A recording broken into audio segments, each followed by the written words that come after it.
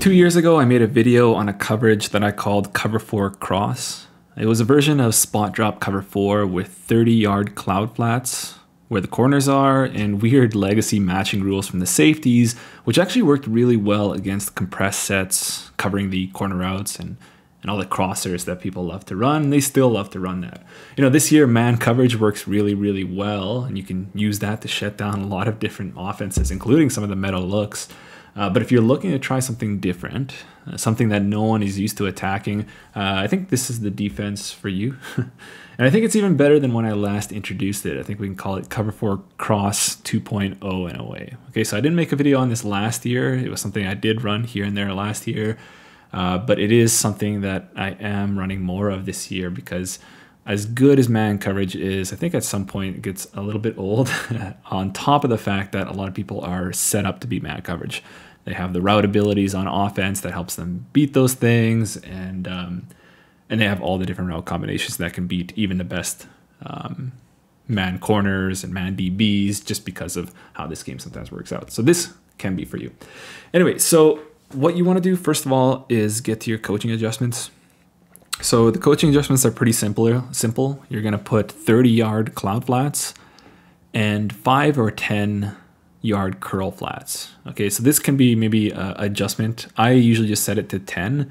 If I want to be a little bit more aggressive, I'll bring it down to 5, and maybe even towards later on in the game, if I'm protecting a lead, I might even drop them to 15 or more. But really, I think 10 is a good starting spot for the curl flats, and bring it down to 5 if you want to be aggressive. 30 yards for the cloud flats. You don't have to turn match on, and honestly I'd almost even suggest against it because sometimes, even though it is spot drop, again, we're making use of weird legacy match rules that get left over. You might get one of these underneath guys matching a vertical route and just getting eliminated from the play. So maybe even just leave that off. Otherwise, everything else is kind of the same. And then the play itself, I haven't even gotten to the play. It has to be cover 4 quarters, okay? So I'll get into it later on, but it can't be cover 4 drop. It can't be cover 4 palms, which is almost taken out of the game. It can be cover 6, but cover 6, the adjustments are a little bit trickier. I just like cover 4 quarters. Of course, if you're in a set that only has cover 6, you know, you can work around that and just use cover 6. But for the purpose of this video, we'll just stick with cover 4 quarters. And I like, I mean, you can use this out of any set, but dime normal is actually really good with it because you have 2 DBs out here. I'll say it right now, like with a lot of different zone coverages in this game, the underneath flats, they can get out leveraged to the flat, particularly out of this formation and other condensed looks.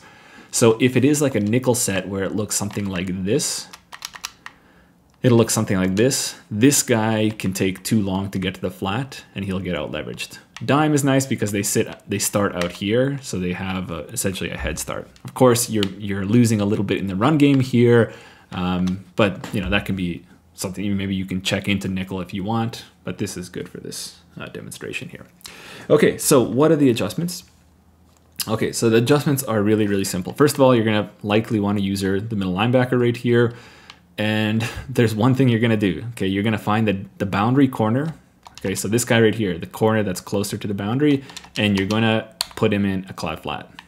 Okay, just like that. And that's really it. Okay, there's a few more later on situationally that I'll introduce, but really this is all you need to do, and it's going to cover all these different meta route distributions. Okay, so let me just reset this because I was moving everybody around, and we can start to break down why this is such a good defense. Okay, so before we even get into that, let's just show you some of the issues right here with just calling this play stock. Okay, so cover 4 quarters without matching, or even cover 4 drop, or even cover 4 palms, or even cover 3 in some senses works out like this. Okay, so we're gonna run sail into the boundary, something like this. So what's gonna happen is this fade route is gonna push both the corner and the safety. And this, I mean, if these guys don't bump into each other like they often do in Madden 23, but that's neither here nor there. So let's just try this again. So let's hope our guys don't bump into each other. So that fade should push both of those DBs back, and then the corner essentially gets wide open if you have the time in the pocket. Now, if you take that boundary corner and you put him in a 30-yard cloud, you know, obviously he's going to be able to play that. Okay, so let's just show it again right here. You try to throw that there, and you make a play on that ball. Nice. Now that can be kind of obvious, okay? But what's really cool about this is you have, even though we're setting our zone drops on, you do have some legacy matching from these safeties, okay?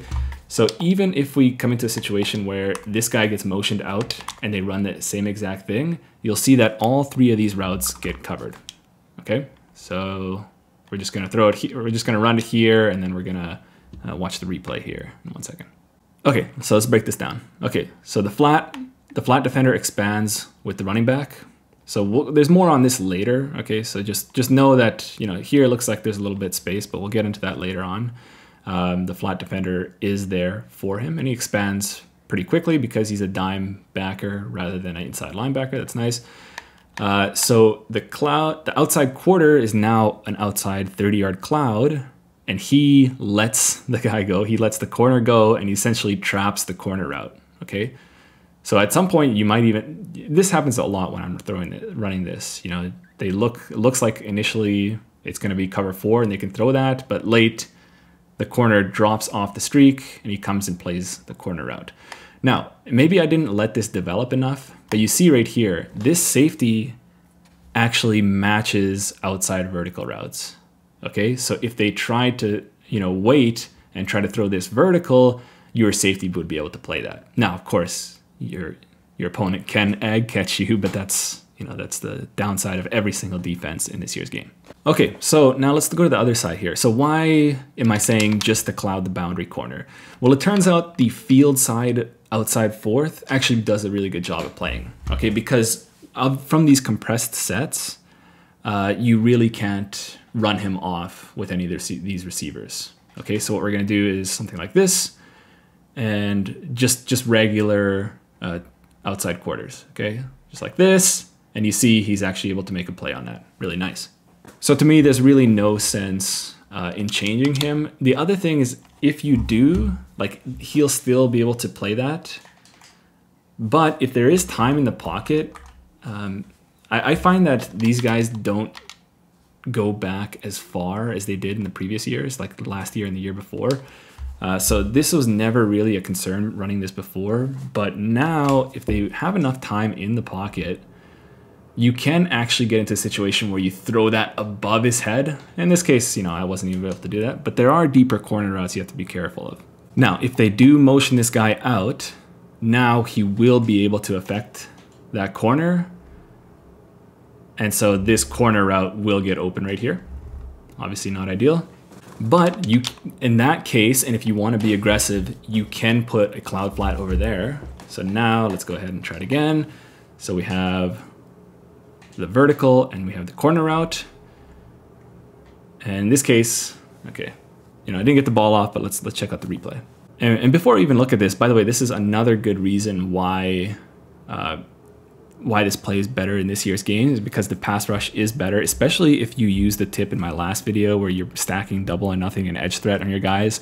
They're going to come in way too quick. You'll never be able to push the ball that deep out of this route combination. So that edge threat with double or nothing will make this even much better. But anyway, so in this case, now you have a cloud flat there, so he'll sit on that corner route. And again, I got sacked too early here, but this safety matches this vertical route here, okay? So just take my word for it, he matches him, and although it's a one-on-one situation, prime for an aggressive catch, if you have some of the knockout abilities, deep out KO, that won't be an issue on you. So you can put it just on your two safeties, and then you'll be good. But anyway, it's a good chance to shut down this route combination in ways that you otherwise couldn't have. Now, you do need to be careful. So if they run two vertical routes, like two streaks, now there's only one deep defender. So in this case, okay, yeah, they'll be able to get something on you right here because that cloud flat defender won't be able to go deep enough. If they have time in the pocket, they'll be able to score there. However, and speaking from experience, you really don't see that route combination all too often. So I would have no problem if I see this in game and they're motioning this guy out. It's because they want to run, you know, a corner route underneath him, or they want to get him off so he can, you know, beat man press or something like that. They're not motioning him out so they can run this, essentially, okay? And if they hit you with it, okay, just don't go back to it. You'll have to adjust to something else. But don't be afraid of this possible route combination, because more often than not, people aren't going to be running against you, okay? So feel free to be aggressive. You know, this year you have to be aggressive. Otherwise, people are just going to dink and dunk it. Not even dink and dunk it. They'll get their chunk yards underneath your deep defenders all the way to the end zone. So you have to play a little bit more risky. Make them show you that they're willing to beat you over the top. Until then, just run this. But even then, you know, you don't see this motion all too often. A lot of cases, it's just running compressed just like this, and you'll never have to worry about that. So you can, you know, put this guy on a cloud flat if you want. But again, if it's to the field, I wouldn't even worry about it. You can just leave him on his outside quarter like that. Just put this guy there and you're good to go. Okay, let's talk about crossers now. So crossers, of course, we don't want to be chasing those with our user. We want our deep defenders to be able to account for those. So I don't know what kind of route combinations people do this out of, but let's just do something like this. Okay, so you, in a sense, you end up getting a flood also. So let's just go something like this. See what happens with this crossing route. He goes right to this corner, and we're able to pick that off. Okay, likewise to the field. We don't have a 30-yard cloud flat there, but it really doesn't matter because, again, out of the compression, nobody's able to push that outside quarter away. Okay, so we can cook up something crazy like this. Okay, so even if we have the vertical on that side, he's not close enough to that outside. What is going on with this contain? Did I find something glitchy? I don't know, we'll look into that later. Anyway, let's try that again. Same route combination, same thing on defense. Got the crosser. I still don't have time in the pocket, but even if I did, that DB's there to make a play. And even if they want to get creative with how they attack you vertically, like this play or PA shot seams, you're still able to protect against it. Okay, here I moved the offense a little bit right here. So now the left-sided guy would be my cloud defender. And he won't be deep enough to play this deep outside quarter, or sorry, this deep outside corner route. But again, that safety will match him, and it makes for a really, really difficult throw. Okay, so he matches him right here. Again, I don't have time in the pocket. Maybe if let me just spy him right there. Okay. All right, try it again. Okay, so this super deep corner route, you see the safety matches him, and even the corner is able to make a play on that afterwards. So obviously that's really good. Now, and maybe I should have showed this earlier, but again, you can only do this out of cover 4 quarters. Okay, so if you try something like cover 4 drop right here, if I tried the exact same thing out of cover 4 drop, I have the boundary cloud, 30-yard cloud flat, you'll see that the safety does not match, and you get this one play score over the top. So it's really important that you're running cover 4 quarters here.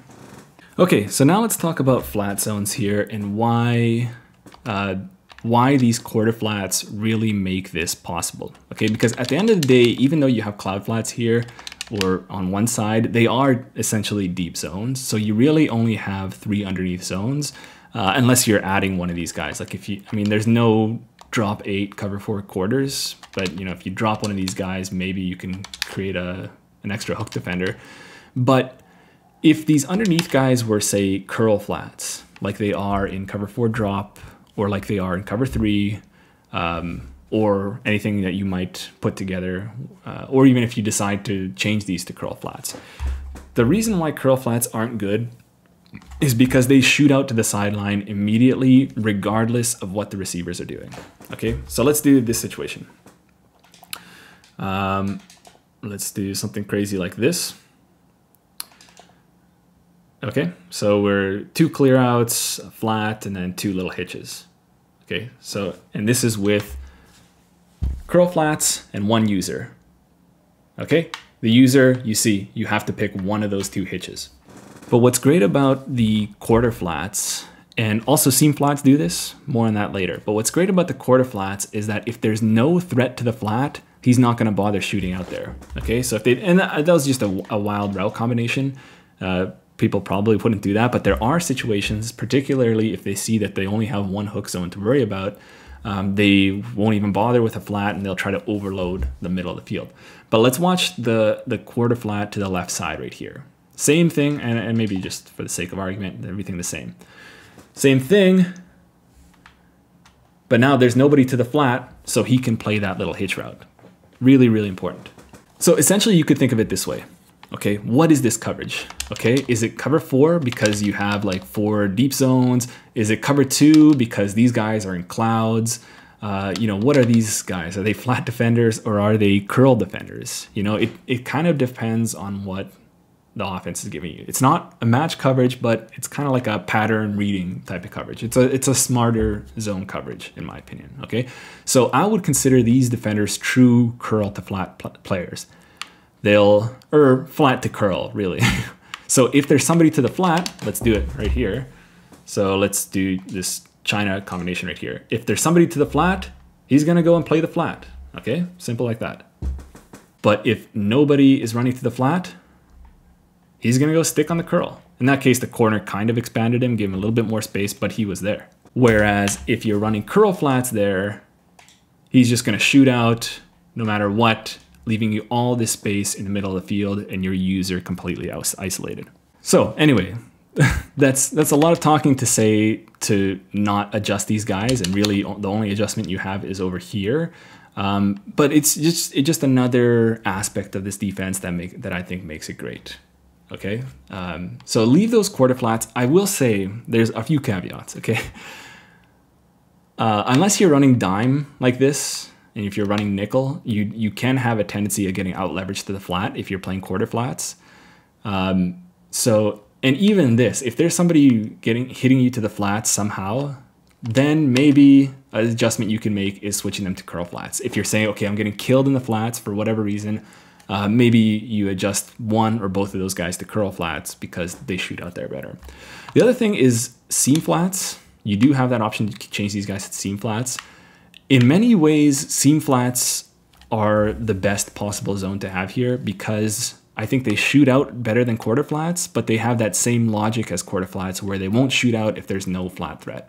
The only problem is that there are some weird glitchy situation where he just gets stuck and he doesn't do anything. Okay, so I would just leave it to quarter flats, but just keep in mind those are possible adjustments you can do. If you're getting killed in the flats, go to quarter flats. Maybe you can play around with seam flats, but I think most of all, especially if you have good leverage pre-snap, quarter flats should be fine. And then on top of that, if you want to get really crazy, you can get flat zone KO pretty cheap these days in Ultimate Team. And even if your guy is a step or two behind, he can, essentially touch the ball carrier and the ball carrier or the receiver will drop the ball. So keep that in mind if you really want to make this crazy. Put flat zone KO on both of these guys, on these outside guys, and it'll be really, really good. The other thing is, again, from the beginning of the video, if you want to change this from a 10-yard depth to a 5-yard depth, you can. But even with 10-yard depth and they catch it, at the line of scrimmage, 2 or 3 yards past the line of scrimmage, he'll be able to break on this with flat zone KO and still knock that ball out. So keep that in mind. Okay, moving on to some other looks. So same defense, but now we're against gun bunch. So we got the bunch to the boundary, and we're not changing anything on defense. Most zone coverages will allow something like this. Nobody will cover this guy on the sideline. It's an easy pitch and catch. But again, what you're gonna do is put that guy in a 30-yard cloud. The dime or nickel defender will have the flat, the corner will have the corner, and the safety will have the streak, and absolutely nothing is open there. Nice. And then to the field, you actually don't need to do anything here. Again, the outside quarter plays corner routes well to the field because nobody's pushing him, right? So he's gonna be able to make a play on that. But again, if they do motion this guy out and they try the same thing, that deep outside quarter will get pushed away. So what you can do is put a cloud flat over on that side. And so now let's see what happens. He's got the corner. I try to throw the vertical and the safety's there to also make a play. Win, win, win. On the other side, I know I said put the boundary guy on a cloud flat, but you don't even really need to, against bunch or single receiver sets, single receiver outside threats, you don't even really need to do that because there aren't really significant threats over there. Like even if they run verticals in this situation, you'll see he's gonna run right at the safety, and the safety actually in a way matches him. And so even the crosser, they can't play out of this. So again, really simple, like bunch. So against the tight front, it's put the boundary corner on a cloud. Against bunch, I mean, in this case, you really don't need to do anything unless the bunch is at the boundary, in which case you'll cloud flat that guy, or if they motion out that one receiver, you'll do that. And again, you have the benefits of these guys right here. If nobody's pushing the flats, they're going to stay in the curl and help out on drags and things like that, which actually I'll get into a little bit more here in trips. Okay, PA crossers, everybody's favorite offense. So against this play stock with the crosser to the boundary, you see he gets wide open right here. But if we put that guy, and by the way, obviously this is poorly aligned dime, so maybe you want to go to nickel here or manually move this guy down here, just because this is a good running offense. But anyway, so we put that corner on a 30-yard cloud, and now if they try to throw that crosser, actually I don't know what happened there. He didn't really play that, but he was in the, kind of the area. Likewise, if the crosser is coming from the boundary, again, we don't need to bother with cloud flatting that side because there's nobody pushing that outside quarter, and you can just leave him and he'll be able to play just as well as you normally would. Okay, now let's look back at the flat defenders right here. Not necessarily this guy, other than the fact that in dime he's poorly aligned. He should do a pretty good job right here of playing the running back to the flat. But let's look at the flat defender over here, and this is the quarter flat, okay? So watch how he plays. He just shoots out right away, and you can just run curls here all day long. Not to mention situation like, let's do like a little underneath mesh, and let's say the user ends up taking the guy going left to right. Okay, let's do something like this. Okay, you see that all this space is opened up right here for the tight end to catch and run. Obviously not ideal. So in situations where the offense actually has a wide receiver and he's not compressed, now the quarter flat will kind of behave similarly to a curl flat where he just shoots out right away. So this goes back to what I was saying before, where I think seam flats are actually your best option. So you could easily just hot route him to a seam flat. Of course, over here, since he's to the boundary, you want to do this. Now watch how he plays. So let's do the same thing again, where we're running a curl right here. You see he sits there right there in the curl window because nobody's pushing him to the flat. Likewise, and again, let's put him in a seam flat. Again, let's say our user takes the mesh running from left to right. Something like this. Watch that seam flat defender over there. He's sitting in the curl because there's no flat. Actually, he moves away late a little bit, but he's still able to make a much better play than obviously that quarter flat where things were wide open.